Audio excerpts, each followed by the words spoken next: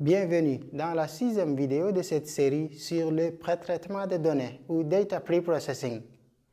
Pour entraîner un estimateur, il faut parfois faire des transformations assez complexes sur les colonnes de votre dataset. Et chaque transformation dépend du type de variable. Eh bien, dans cette partie, je vous montre comment construire ses propres chaînes de transformation avec la librairie scikit-learn pour transformer simultanément tout type de variable, quelle qu'en soit sa nature.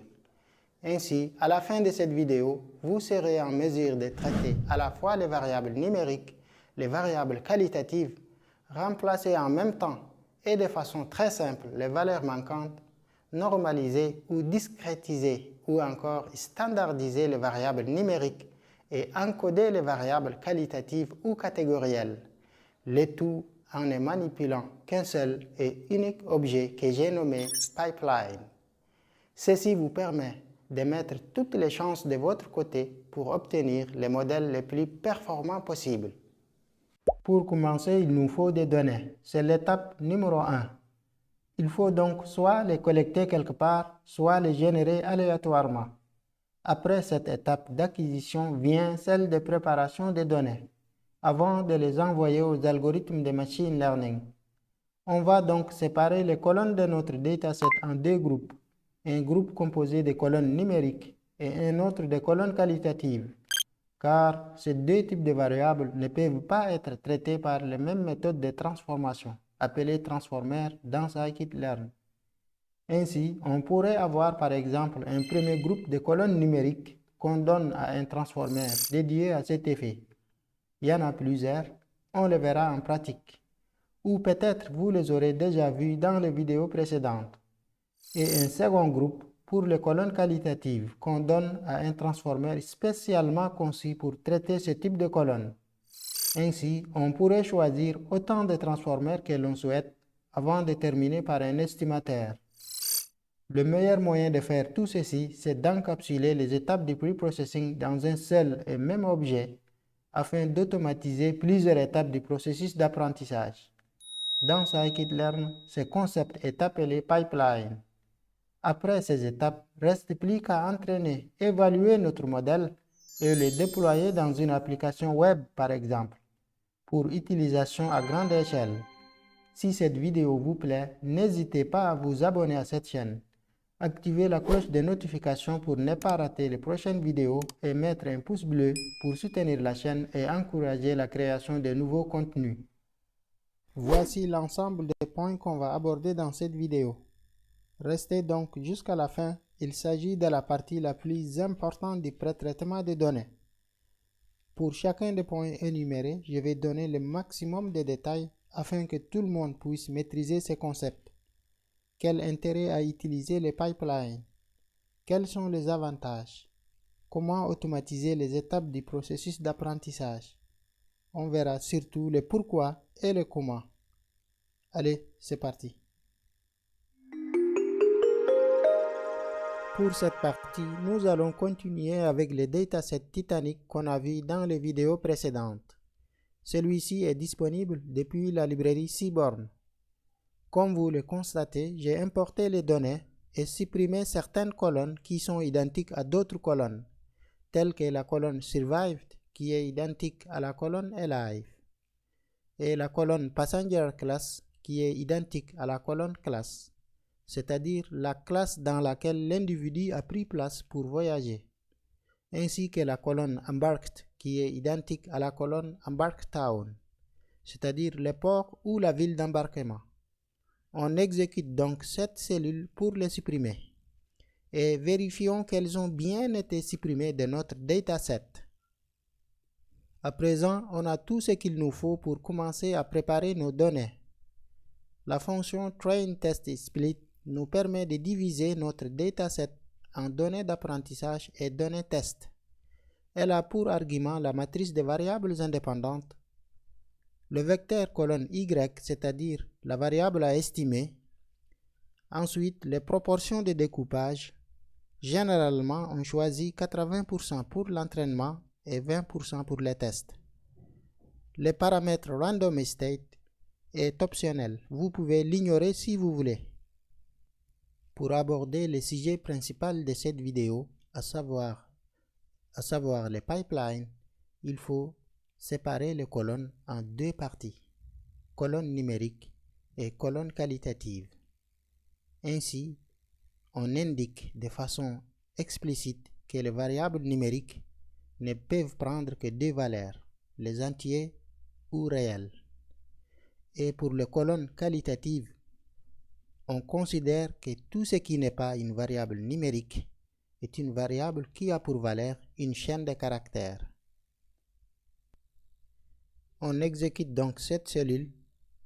J'ai peut-être oublié d'exécuter l'une des cellules précédentes. Voilà, tout se passe bien. On peut constater que nimcol ne contient que des variables numériques. Voilà, on a plein de valeurs manquantes. Il n'y a pas de souci, on va en parler. Et catcalls ne contient que des variables ayant pour valeur des chaînes de caractères.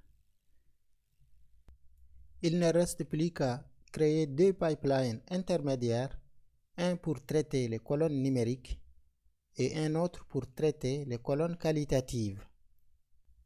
Pour notre pipeline numérique, on a un premier transformer pour traiter les valeurs manquantes avec stratégie égale à médiane. On ne doit pas utiliser la moyenne pour la stratégie pour ces datasets car on a beaucoup de valeurs extrêmes. Et un second transformer min, max et scaler pour redéfinir l'intervalle d'appartenance de mes données entre -1, 1 ou U0, 1. Vous pouvez utiliser les transformers de votre choix en fonction bien sûr de la spécificité de vos données. Vous avez le choix entre min, max et scaler, max absolute scaler, power scaler, etc. Même chose pour notre categorical pipeline. On a un transformer pour traiter les valeurs manquantes, mais avec la stratégie égale à most frequent. C'est-à-dire, on remplace toutes les valeurs manquantes par la modalité la plus fréquente pour chaque colonne. Et puis, one-hot encoder pour transformer toutes les variables qualitatives en numérique, car les algorithmes de machine learning se basent sur des équations mathématiques. Il faut donc les transformer en variables numériques afin qu'elles puissent être écrites dans des équations. Pour avoir le maximum de détails possibles sur les techniques de feature scaling, je vous suggère vivement de regarder cette vidéo du début à la fin, car vous trouverez de nombreux exemples pratiques corrigés. Par contre, si vous ne savez pas comment remplacer les données manquantes de façon appropriée, alors je vous invite plutôt à regarder du début à la fin aussi celle-ci. Tous les liens sont dans la description. Sinon, faites une recherche sur YouTube par titre respectif, car vous trouverez énormément d'informations utiles pour pouvoir continuer à suivre cette vidéo de façon sereine, notamment si vous ne maîtrisez pas bien toutes ces opérations. On exécute cette cellule. Ensuite, on va regrouper nos deux transformers, à savoir numerical pipeline et categorical pipeline, en un seul objet grâce au transformer make::transformer. On va donc passer en argument de notre pipeline final un objet transformer regroupant tous nos transformers précédents avec un estimateur comme second paramètre. Ensuite, il nous reste à entraîner le modèle aux données d'apprentissage X-train, Y-train. On exécute donc cette cellule.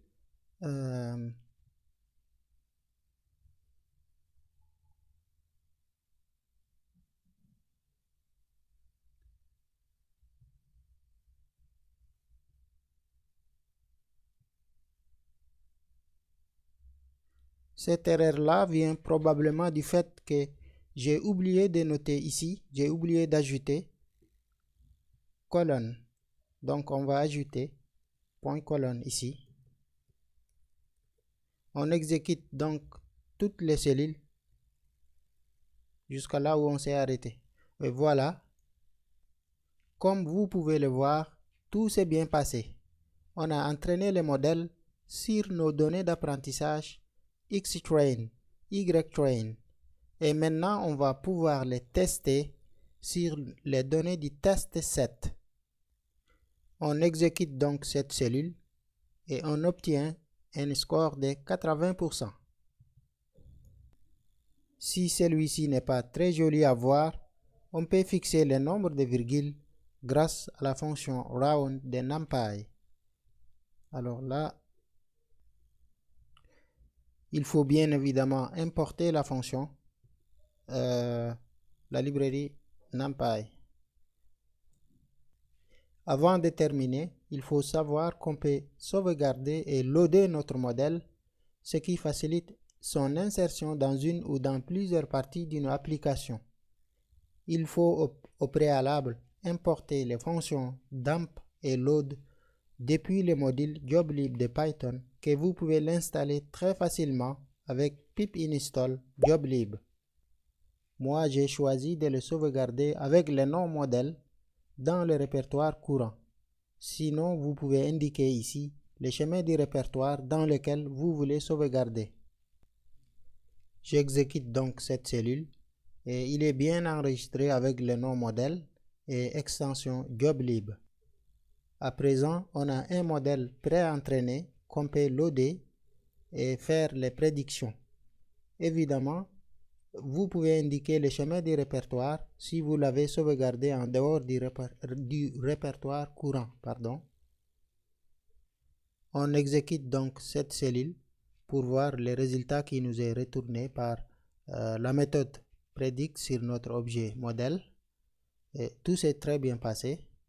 On peut aussi vérifier les scores qu'on a obtenus précédemment en exécutant cette cellule. Le voici.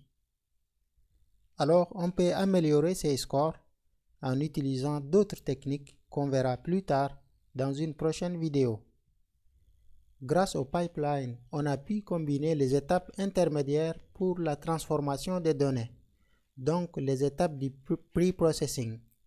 Grâce au pipeline, on a également un code plus modulaire, plus organisé, de telle sorte que si on a eu besoin de changer notre estimateur, le remplacer par exemple par un autre, on le fait à un seul endroit.